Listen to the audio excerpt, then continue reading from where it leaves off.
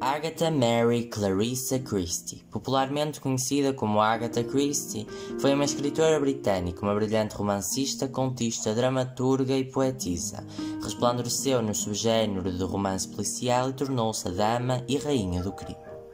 Apesar de todo sucesso, ainda havia quem duvidasse que Agatha Christie era uma belíssima escritora. Ainda havia quem duvidasse do seu potencial de escrita. Assim, Agatha Christie decidiu esconder-se sob o seu pseudónimo de Mary Westmacott. Escreveu assim uma saga de livros, do qual faz parte as duas irmãs, para provar a ela mesma e ao mundo que não precisava do seu nome na capa do livro para que ele vendesse, e que era, sim, uma brilhante escritora, provando que não só merecia o título de Rainha do Crime, como merecia ser apresentada como uma das maiores escritoras que o mundo já viu. Olá a todos, eu sou o Ruben Carvalho e este é o Miguel Ferreira, prazer. Pseudónimo, não é? Porque eu também tenho um pseudónimo, não é apenas Agatha Christie que eu tenho, e nós hoje vamos apresentar o livro As Duas Irmãs. Este livro divide-se em quatro partes que se dividem em anos. Dentro das quatro partes temos capítulos e dentro dos capítulos pequenos subcapítulos. Neste livro, Agatha vai tratar a história de Laura. Laura era uma menina sossegada, demasiado pálida, uma criança muito peculiar.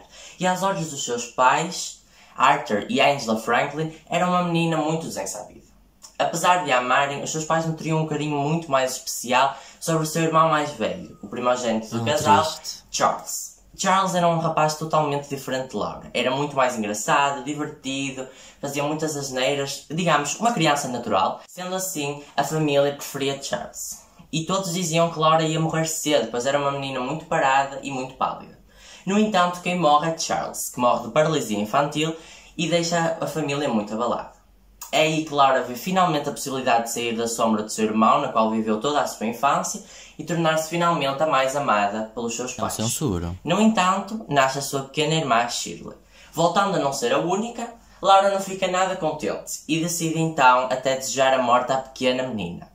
Esta morte quase acontece e é aí que Laura, ao salvar a pequena irmã Shirley, vai nutrir pela primeira vez o sentimento amor.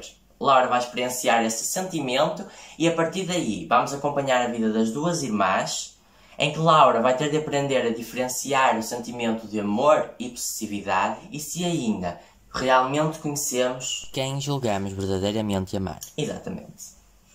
No entanto, é na terceira parte deste livro que a história muda de figura. É na terceira parte que é introduzido um novo personagem e nós vamos passar a ver a história a partir da vida dele. Ele irá cruzar-se com os nossos personagens e lhes trazer desfechos finais. E assim vamos ter um final à moda de Agatha Christie.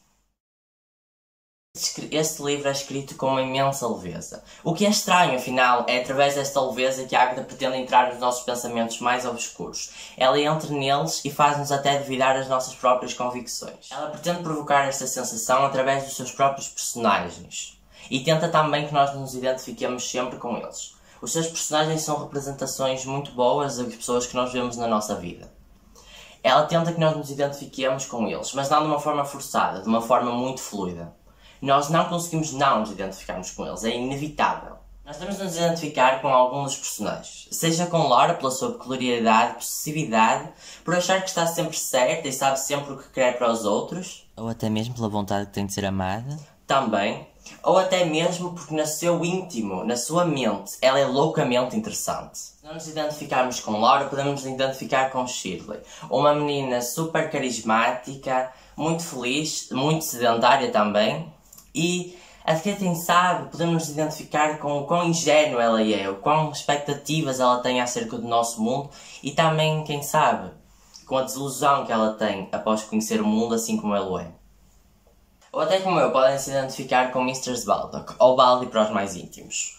Ele era o único amigo de Laura e era um amigo de longa data da família, e só por ser amigo de Laura e o único amigo, já o torna muito especial na narrativa, mas a seu carisma, a sua resmunguice e o humor e o carinho que ele esconde dentro de uma personalidade muito forte tornam-o super especial. E ainda mais necessário ele é com os seus diálogos. Ele tem diálogos super interessantes com a Laura, para mim são as melhores partes do livro. E ele faz observações muito interessantes acerca do nosso mundo que na altura não era mesmo o ano, mas que se baseiam e que acabam por ser muito atuais as frases dele e aquilo que ele diz. Portanto, considero Baldi a melhor personagem. Já puderam ver, ao longo da narrativa as personagens vão evoluindo de uma maneira muito natural e genuína. E é isso que me faz ainda gostar mais desta criação, deste universo criado por Agatha Christie. Ela escreveu um livro em que ela consegue tão organicamente que os personagens se transformem, que é lindo ver a sua evolução. No entanto, como já disse, na terceira parte há um pequeno corte, onde nos é introduzido este novo personagem. Este novo personagem pode até ser entendido como a introdução da própria autora. Esta é uma teoria criada por leitores, com a qual eu concordo bastante. A própria introdução da autora dentro do livro. Afinal, este personagem tem várias referências à própria autora, assim como o uso da religião nos seus diálogos. Além disso, é um personagem que vem com todas as bagagens emocionais finais. É ele que vem dar este final ao livro. É através dele que nós vamos descobrir finalmente os mistérios e os que estão a acontecer desde o início do livro. E é ele que vem trazer todas as revelações. É por isso que eu considero a introdução deste personagem bastante interessante, pois é com ele que ela consegue criar aquele suspense final e consegue trazer outra forma de narrativa. Ou seja, é quase como se nós tivéssemos, com as mesmas personagens, dois livros dentro de um, e isso torna o livro ainda mais interessante, na minha opinião. No entanto, nenhum bom livro acaba por escapar a um pequeno erro, e agora vamos apresentar aqueles pequenos erros que Agatha Christie também cometeu. Aqui estou eu, Miguel Ferreira, para vos falar. Então, primeiramente, na introdução da terceira parte é apenas descrição, e esta descrição é extremamente maçante, o que contrasta com o resto do livro, que é incrível. Depois, temos ainda os 4 partes, que se dividem em capítulos e em subcapítulos. No entanto, estes subcapítulos são bastante necessários. Afinal, na maioria das vezes nem sequer há troca de personagens ou de cena, apesar de não incomodarem a leitura.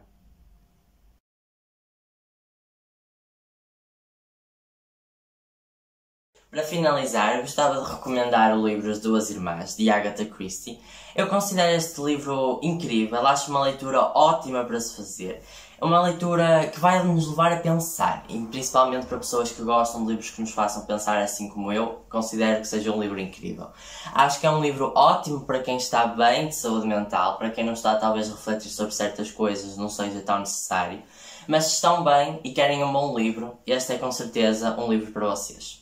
A Agatha escreve, como já disse, com uma leveza incrível. É literalmente uma obra incrível de Agatha Christie. Ela escreveu outros mascarada de Mary Westmacott e por isso eu pretendo lê-los. Acho que deveriam ser mais valorizados estes livros que ela escreveu fora do crime. A Agatha Christie pode não ser a rainha do crime aqui, mas continua a ser uma grande autora.